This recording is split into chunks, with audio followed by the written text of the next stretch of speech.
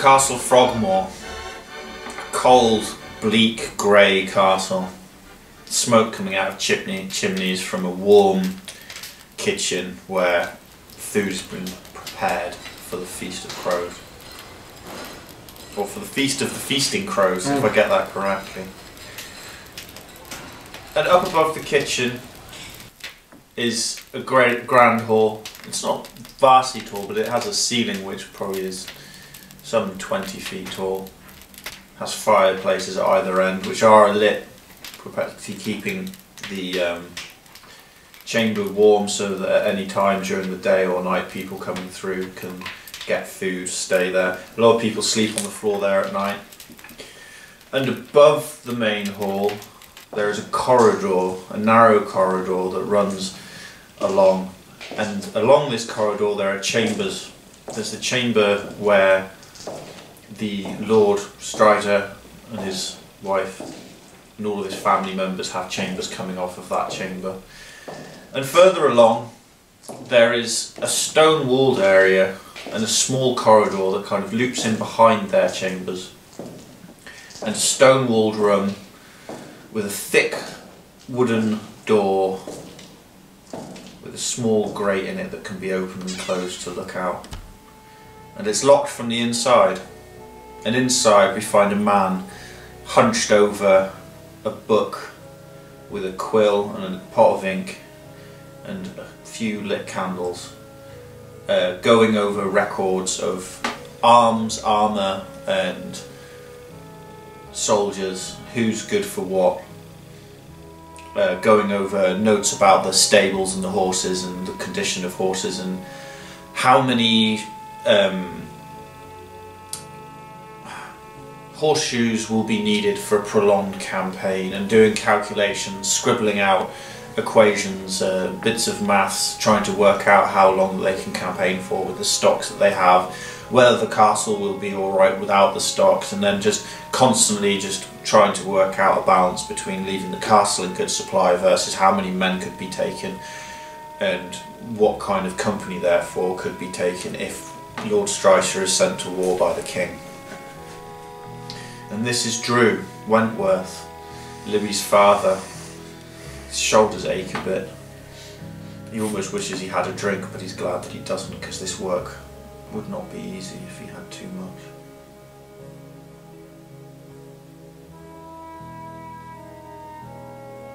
It's coming towards the end of the day. Drew knows this because his back is aching in a way which is familiar, all too familiar to him now, having been hunched over the table. And so finally, having to concluded that he can't get any further with his work this day, snubs all but one of the candles out, and he takes up that one candle and, shielding it with one hand, makes his way to the door, opens a small window, looks outside just to check, just in case. This is the treasury, and so he doesn't wish for anybody to inadvertently come in. Then he takes a large metal iron key, heavy in his hand, slots it into the lock, turns the key, opens the door, and starts making his way out of the castle after locking the door behind him. Past the chambers, down a small, cold, spiral staircase, a wall of stone, tight overhead, quite dark, the occasional slit out to the outside where the sort of wind whistles gently by, coming down to the main hall. Feeling the warmth radiating out of the main halls, he descends yet further down to ground level, and coming out through one of the small entrances, which is adjacent to the kennels, so it kind of comes down and then comes around and out into the courtyard. He heads home for the day. Makes his way towards the gate. Tom, Dick and Harry stand sort of totally on point. All of them are stood up, like not even Harry is sat in his normal way. It's like, fortunately Drew's head was down, as Harry sort of immediately jumps up and jumps for attention, and the gate swings open before Drew without even having to be asked or checked or anything. Just a greeting of Sir. Passes through, keeps his head down, keeps going, and makes his way home through the village of Frogmore, in Frogmore Castle. Arriving home, make a perception check. Ooh, new dice! Yeah, I've got a new dice since we last played, so now he's got like a whole 12 more dice to read through as they all roll ones. Alright, perception check. Let's go for this one. Whoa, 19... 18. Even in his kind of stuporous depression, Drew gets in, and the first thing that strikes him is the fire's not lit. It's dark, nothing's lit up, there's no sounds. Libby clearly hasn't been here. In fact, as you raise your head and look around a bit more carefully, you would say Libby hasn't been here since morning. What does Drew do? What do you do? Libby! Silence answers your shout to the room. Not even a rustle from behind the curtain. Libby? It's dead silence. And in the cold. This moment, he knows there's something wrong. His heart starts pounding in his chest a little. There is no way she would not be here with the flat fire lit, with the... She is always here. Always. So something... At first, possibly, he doesn't think that something terrible is wrong, but something... This is out of the ordinary. So, obviously, he's a little bit worried. So he immediately turns and goes towards the kitchens. Okay. But he knows that it's her day off today, doesn't he? Yeah. Okay, he knows it's her day off today. Or maybe make an intelligence check. Natural 20. Yeah, he knows that it's her day off. He also knows that she is the kind of person that will try to do the right thing, so he's aware that your wood stocks are low. Like for the house, and that she would probably think that as a responsible person within the castle, in order to not put a strain on anybody else, is the kind of thing that should be restocked. But how, when, or if she would have gone to restore it, he doesn't know. He mutters to himself, well, no, surely she wouldn't have gone outside of the castle. Oh, what was your perception check as well? 19, 20. Okay, as part of that, it does also make you think to check for her sword. Okay. Well, I go to where the sword is kept and pull the little bit of curtain away, and it's not there. No. Immediately, he turns on his heels, walks straight out the door, and goes straight for the kitchens. Straight for the kitchen. His instinct is to go for the Ignores kitchens. everybody pretty much, just steaming literally, through. steam straight for the kitchens. As you're steaming through the streets, it's like people sort of wave, say hi, but it doesn't even register. Yeah, it's just in a stern expression and a sense of gravitas, the kind of gravitas that you can't really interfere with. And people just seem to sort of make way for you, like they don't even know quite why they're making way for you. It's just like, oh dear, don't get in the way of him. You make your way up through the castle. Tom, Dick and Harry are kind of, you don't even notice it, but they sort of jump out of the way. They seem incredibly flustered by you or the way you are, because they've never seen you like this before. You go into the kitchen. How do you go into the kitchen? I just literally open the door straight and just fling the door open and go, Libby! Are you in here? You go into the hustle and bustle of the kitchen. Libby! Noises and what's her name? Mildred. Mildred. Mildred sort of turns and you hear a shout coming back over the top. It's a day off, Drew! And then you can see this sort of figure, almost sort of waddling through everybody, beating them to one side, pushing her way over to you pretty quickly because she knows that you're an important figure in the castle. Mildred, you haven't happened to have seen Libby today, have you? Last I saw of young Libby was yesterday. It's her day off today. I haven't seen her all day. He clenches his jaw so tightly that Mildred can actually hear it. She looks at you really quizzically and almost sort of slightly taken aback, which is unheard of. She's like, she owns and rules this place, but she's sort of like, and she looks at you slightly askance. She's like, what's got you so worried?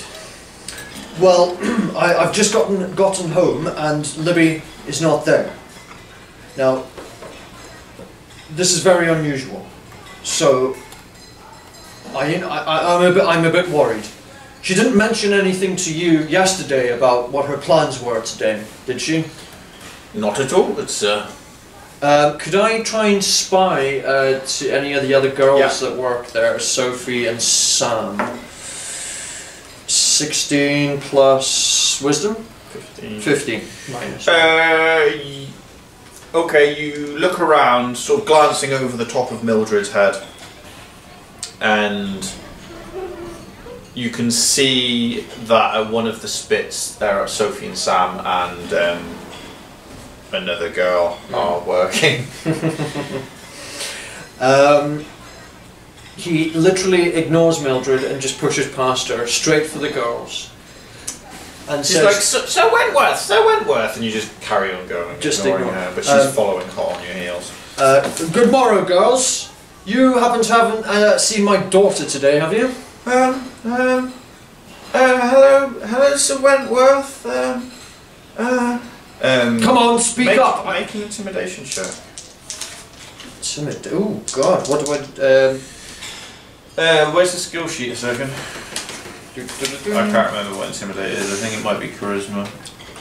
Charisma. 15.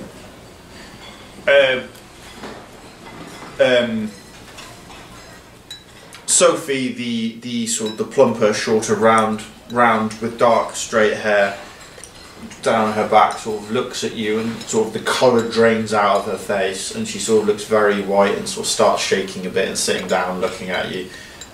Sam, just the tomboy with short blonde hair, just sort of lets go and looks at you. So Wentworth.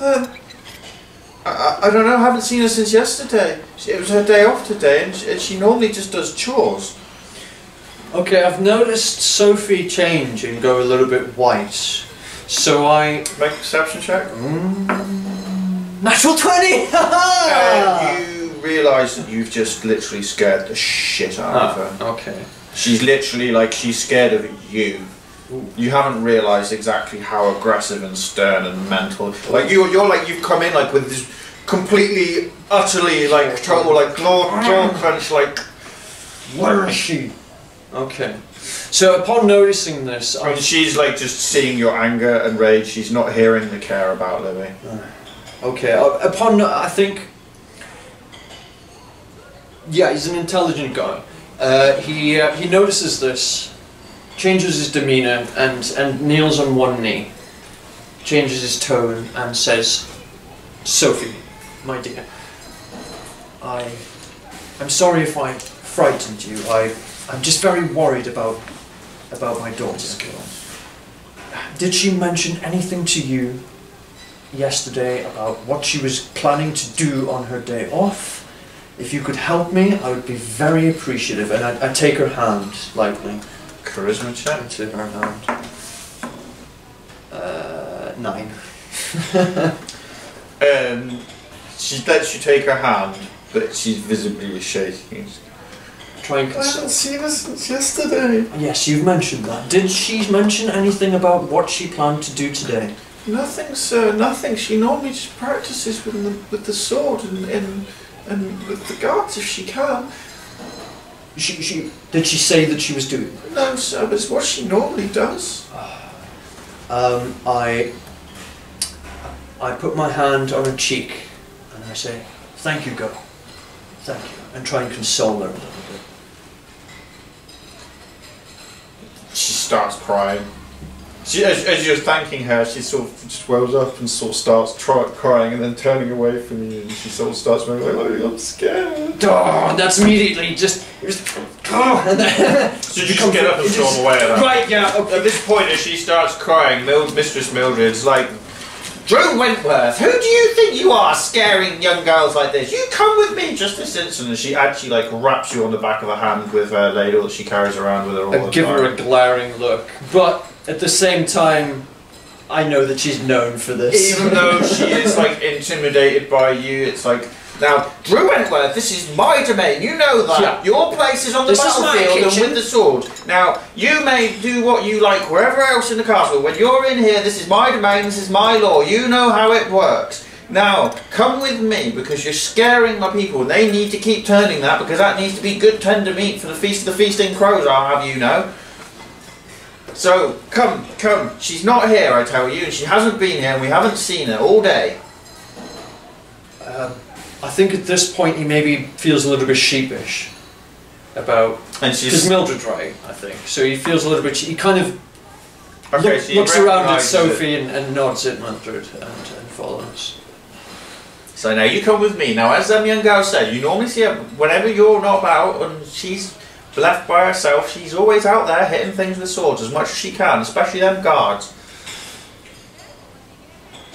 Well, thank you very much, Mildred. I've had a long day and I'm exhausted, worried, and I'm sorry if I was rude in any sort of way. And she switches in time. She's like, "Well, Sir Wentworth, I understand you're under a lot of stress. What with this potential war malarkey? I don't know why they have to send our good fellows off to die.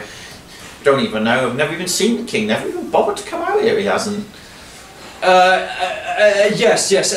Thank you, Mildred. And he turns and he doesn't have time to... She's like, "Good day to you, Sir Wentworth," but you do realise that she's returned to addressing you by your proper title. Yeah, good day. And he walks out into the street. Make a perception check. You hear some vague muttering behind you as the door shuts. Okay.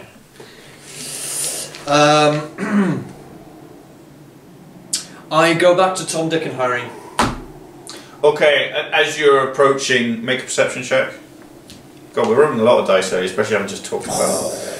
Okay, that's cool. You just they're all stood to attention by the time you're actually looking at them. You sort of, as you come out, you're just looking at the ground, sort of not really paying attention, like looking anywhere but at where you're going. Your feet just take you there on autopilot. And by the time you actually look at the guards and pay attention, they're all sort of stood to attention. Like, "Yes, sir." One of them's opening the door for you, but as you stop to face them.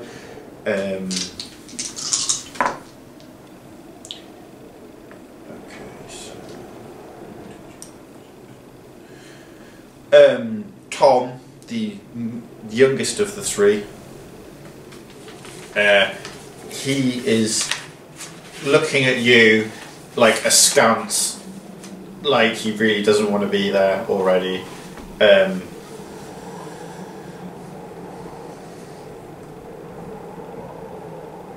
Dick, who is the main guy out of these three, is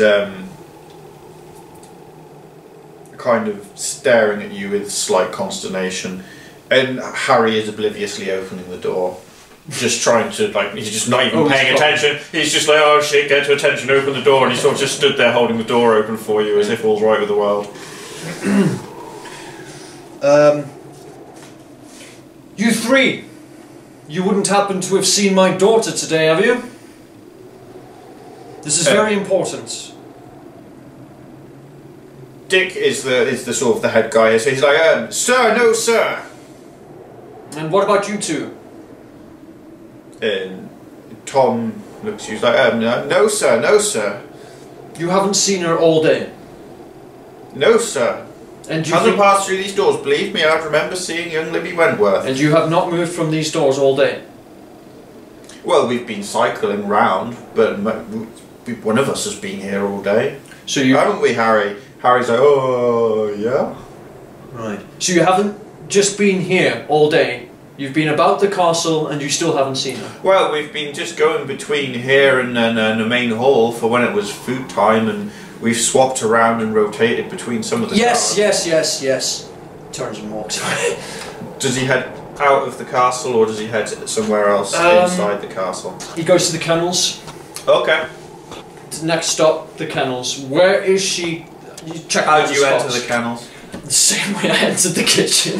So you slam the door open, Slam the dogs door start open. barking like quite loudly and abruptly, because it And- was quite quiet around the kennels until you slammed open the door. And I... And you hear a voice, What was his name? Jeffrem. Jeffrem, thank you. You hear Jeffrem's voice, he's like, oh, calm down, my love, calm down, shh. What's all this racket about? Who the hell do you think you are? And he's not inside of you yet. You can hear him coming down the kennels like, who's running into my kennels like this? Do they know I'm the kennel master? Has nobody got any respect these days?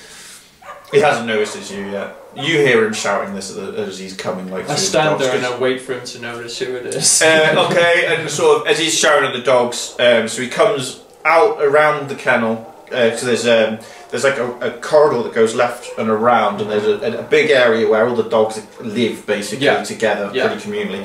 And he's got like a room around on the end behind him. You hear him shouting from inside, and he comes out and he looks up and he looks at you. He's like, "Oh, Drew, it's you. Well, I mean, why are you making such a racket? You're not so. You don't anger that easily." And then he looks at you, and he just. Almost some of the colour starts to drain out of him, and he looks at you and he's like, I haven't seen you like this since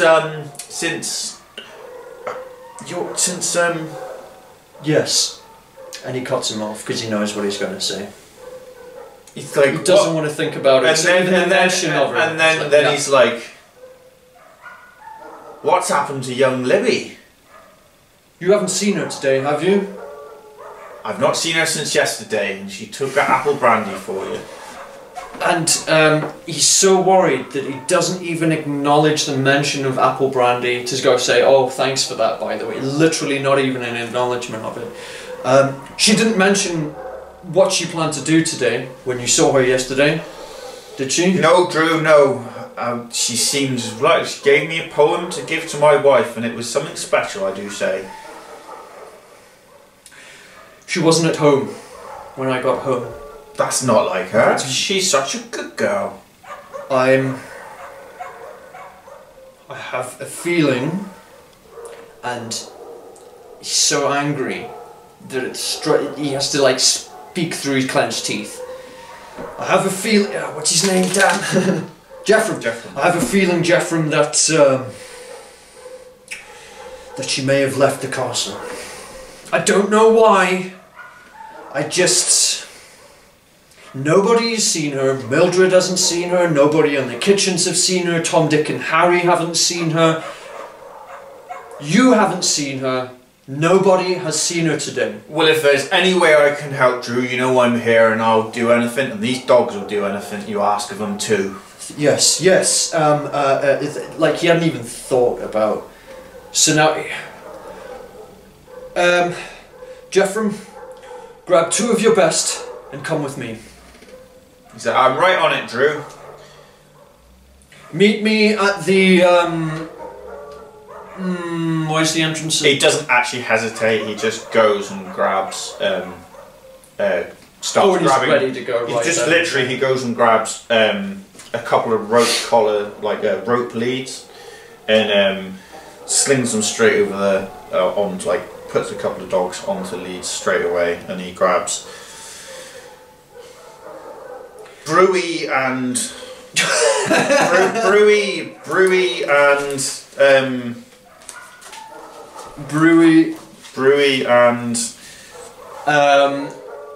Mr. I was just about to try and help you out. I realise as DM, you do a lot of the naming of things. That's part of the job.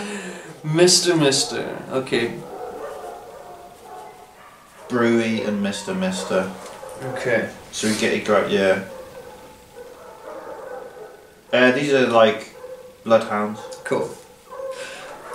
Would I know what guards that she usually trains with? Bloodhounds are pointers. Pointers. Probably. You know that she will basically... No, you don't, because you've been so immersed in your depression that you haven't really been paying attention to her every move. You know that she likes to go and train with a sword. And you know that she does so on occasion with... And you know that she knows the guards, and you know that you have both encouraged her and allowed her to train with the guards.